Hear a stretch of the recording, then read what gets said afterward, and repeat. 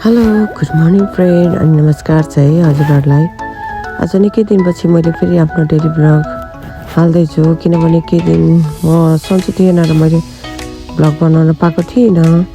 त्यही भएर र आज म बिहान उठेर खानासाना बनाएँ यति, अनि यति खानासाना खाइसकेर म क्लासतर्फ लागेँ र सरले फोकसको बारेमा सिकाइरहनु भएको थियो आज हामीलाई। अनि त्यही फोकसको बारेमा हामीले सिक्यौँ, कसरी लिने, कुन फोकस कहाँ युज हुन्छ भनेर। अनि त्यति क्लास 2-2.5 घन्टा दिनुभयो अनि दिइसकेर म घरतर्फ लागेँ। र हेर्न सक्नुहुन्छ यो कोटेश्वर चोक हो र म पर्खिरहेको छु है टेम्पोको लागि, किनभने बसहरू जाँदैन, एउटा टेम्पो मात्रै जान्छ त्यहाँ थापाथलीसम्म।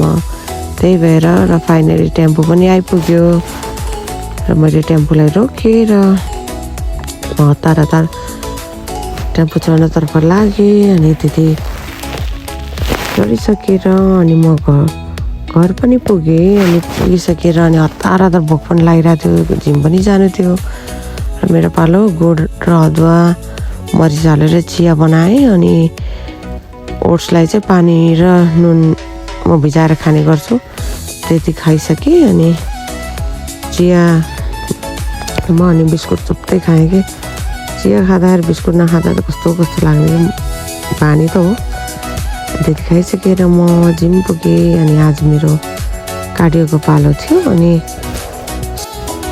सरले मलाई एकछिन वार्मअप गर्नु भन्नुभयो, अनि मैले त्यो पनि गरेँ। अनि गरिसकेर अनि सरले मलाई आज कार्डियोको लागि चाहिँ स्किपिङ 50 चोटि, अनि डम्बल थ्रस्टर 15 चोटि, अनि ब्रोड जम्प, एयर स्क्वाट 15 चोटि गर्न लगाउनु भयो।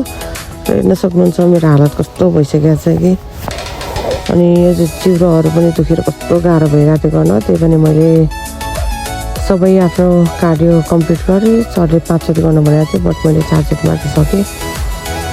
आज चाहिँ अलिक ढाडै थियो। अनि सरले भन्नुभयो ठिकै छ, नेक्स्ट टाइम अलिकति राम्रोसँग गर्नु है, अझै गर्दै जानु, इम्प्रुभ हुँदै जान्छ भन्नुभयो। र मैले पनि हुन्छ सर भनेर अनि सरले मलाई स्ट्रेचिङ गर्न लगाउनु भयो है। हजुरलाई जति पनि मैले स्ट्रेचिङ सिकाएको छु, जे याद छ सबै गर्नु भन्नुभयो। अनि मैले स्ट्रेचिङहरू पनि सबै गरेँ। अनि सरले अनि त्यति गरिसकेपछि मलाई सास पनि लिन भन्नुभएको थियो कि, सास लिने मतलब अब फाल्ने, होल्ड गर्ने अनि लिने 4 सेकेन्डको यो चाहिँ म गर्नु भन्नुभयो। र मैले पनि त्यो आफूलाई सजिलो हुन्छ भनेर त्यो पनि गरेँ मैले। त्यति गरिसकेर अनि म रेस्ट गर्छु। अनि त्यसपछि रेस्ट गरिसकेर सरले सिकाइरहनु भएको थियो दाइलाई एप्सहरूको एक्सर्साइज कसरी गरिन्छ म्याटमा, अनि मलाई पनि सिकाउनु भयो र मैले पनि एकछिन हेरेँ, सिकेँ।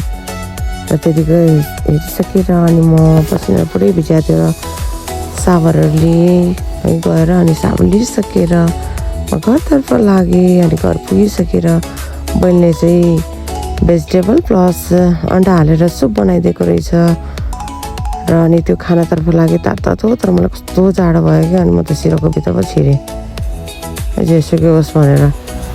सिरक भित्र छिरेर अनि त्यति सुपहरू खाएँ है। अनि त्यति सुप खाइसकेर अनि मुख हात धोएँ र ब्रसहरू गरिसकेर अनि एकछिन भए पनि मोबाइलबाट अब एडिट गर्नु पर्ला सबै ब्लगहरू भनेर एकछिन एडिट गरेँ। अनि एडिट गरेर पोस्ट गरिसकेर म सुत्नतर्फ लागेँ बेडतर्फ।